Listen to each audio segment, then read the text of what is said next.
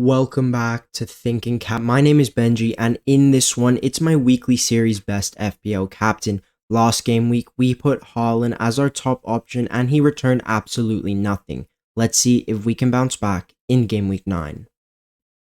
Thinking Cap, activate.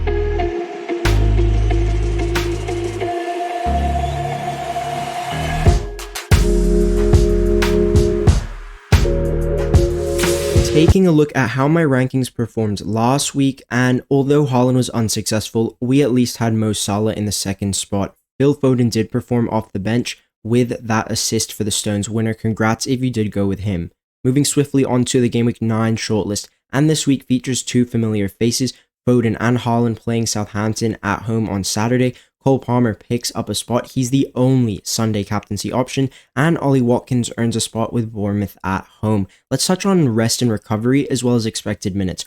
All four premiums haven't travelled outside of England. Palmer isn't registered for Conference League football, so he's had the most rest days out of the bunch with 7. Watkins was benched for Aston Villa's Champions League match, and he came on for 25 minutes. He'll have 4 days of recovery before facing Bournemouth. Both Haaland and Foden scored in their Champions League match, and they will only have 3 days off before the Southampton match, which is why they have the lowest expected minutes. Haaland at 82 and Foden at 75. Watkins and Palmer are both on 87 expected minutes, which is the joint most. Up next is the opponent data. Southampton, obviously the best fixture to target. 18 goals conceded in the league, 10 of those coming away from home, and it's not like they've been unlucky to ship that amount of goals. Southampton expected goals conceded is 17.25, so genuinely they're just conceding a ton of chances and will likely concede a lot more XG against Man City. Newcastle on paper looks like the next best fixture, but they've only let in 8 goals from 11.52 XGC. Away from home, they've actually only conceded 4, and I think that a low block Newcastle can put up a pretty good defensive performance versus Chelsea. That brings us on to Bournemouth, who look like the best defense out of all 3. 10 goals conceded from 9.89 XGC, but they've conceded 8 of those goals away from home. Iraola's record at home is really impressive, but away, they've actually been very disappointing. I had a quick look at the chances conceded stats, and Bournemouth have conceded 22 chances in central areas, which is actually not that much, but 17 out of 22 conceded came in away matches, meaning that they've just conceded 5 chances centrally at home, but 17 away from home, which boosts Watkins' prospects heading into the next section. We're analyzing the historical fixture trends now. These insights give us a glimpse into how these premiums have performed against their upcoming opponents in the past. All 4 guys have very good previous trends against their Game Week 9 opponents. Haaland has 1 goal in 1 start against Southampton at home. Cole Palmer put up 2 GA and 13 points against Newcastle last season, and Ollie Watkins has never blanked against Bournemouth at home. The surprise here is actually Phil Foden, who has hauled 10 plus points in both of his home starts against Southampton, which does suggest that this is a preferred fixture for him. Overall, all 4 seem to have positive bias towards their upcoming opponents. Next is the kickoff data analysis. We're going to take a look at the game day stats first. Watkins has 2 double-digit hauls in the last 5, and his form is higher than his points average for this kickoff, which is a small sign of explosive potential. He's returned 1.06 GA per start, which is the second best return rate behind Haaland. Erling's dataset is a level above everybody else's in this comparison. He's in monster form with 4 double-digit hauls in his last 5 Saturday home matches, and he's produced double digits in 41%. His teammate Foden has the worst kickoff stats out of the 4. He's blanked 3 times in the last 5 and shows no signs of preference towards Saturday home games. He's also blanked in 44% of his starts. Cole Palmer hasn't started many times at this kickoff, but he's been ultra consistent throughout. He's returned 7 GA in 7, which is why his blank rate is the most impressive. Moving into the game time comparison now, and Haaland dominates most categories once again. If you've been watching this series every week, you'll already know that Haaland has a very strong bias towards the 3 p.m. kickoffs. He's hauled in 43% of his starts in this time, and he's averaging 1.5 returns per start. Haaland's kickoff profile, combined with the appeal of the Southampton fixture, it just tells you that he's going to be up there in my rankings this weekend.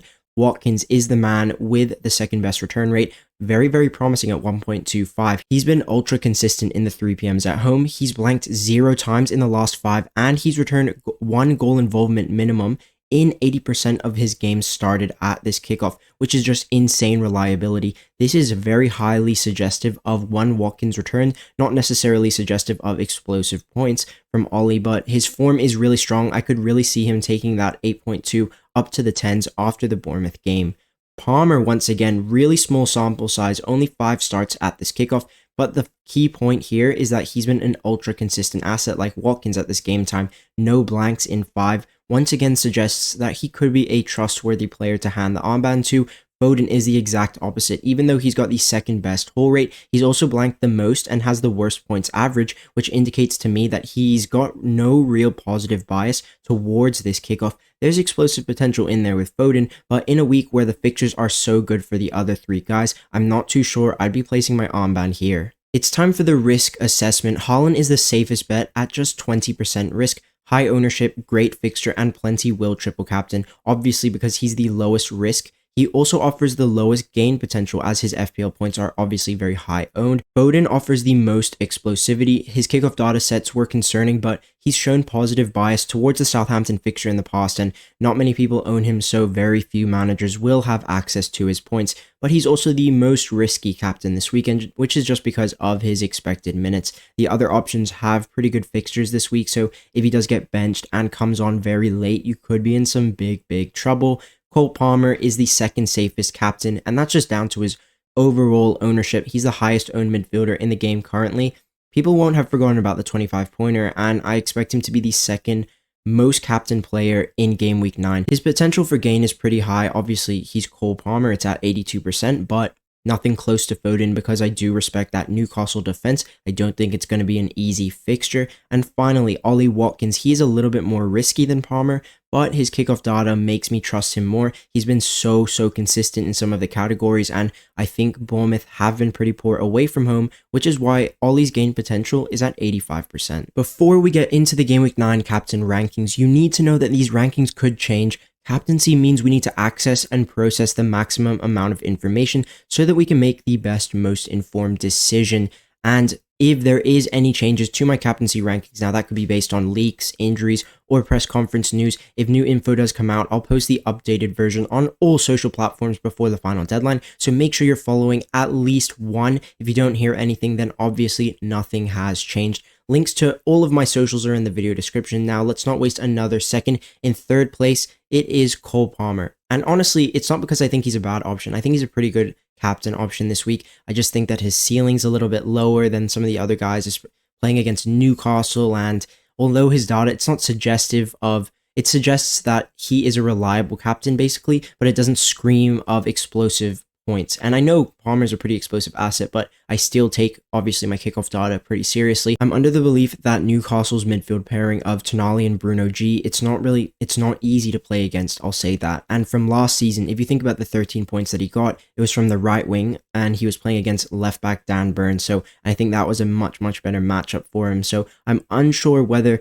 Palmer in the 10 is ideal for this fixture, and that's why he takes the third spot. In the wildcard spot, which is for managers who have a high risk appetite, around 8 out of 10 or higher, if you're really chasing gains, you're trying to engage and take on more risk to have those big rank jumps, then I would recommend Phil Foden. But honestly, this week I don't really feel like it's the week to pick the wildcard captain, and I honestly think if I had Palmer plus Foden, I would pick Palmer over them because Foden has such a big doubt around his X minutes. He got benched last week against Wolves and he played 90 minutes in the Champions League. Haaland got the early sub at 80 and Foden played the whole game. So after the Southampton game, Man City actually played Spurs in the EFL Cup, and Pep's not going to be able to start McAtee and Nunez as the 9 and the 10. He needs to start somebody decent, and I think he will. And I do think there's a decent chance Foden does get benched against Southampton, but if he does start, it's massive upside, big upside. He is very high risk, high reward, but that's why he's in the wildcard spot. But this week, I definitely do prefer all 3 other guys over Foden cap this weekend.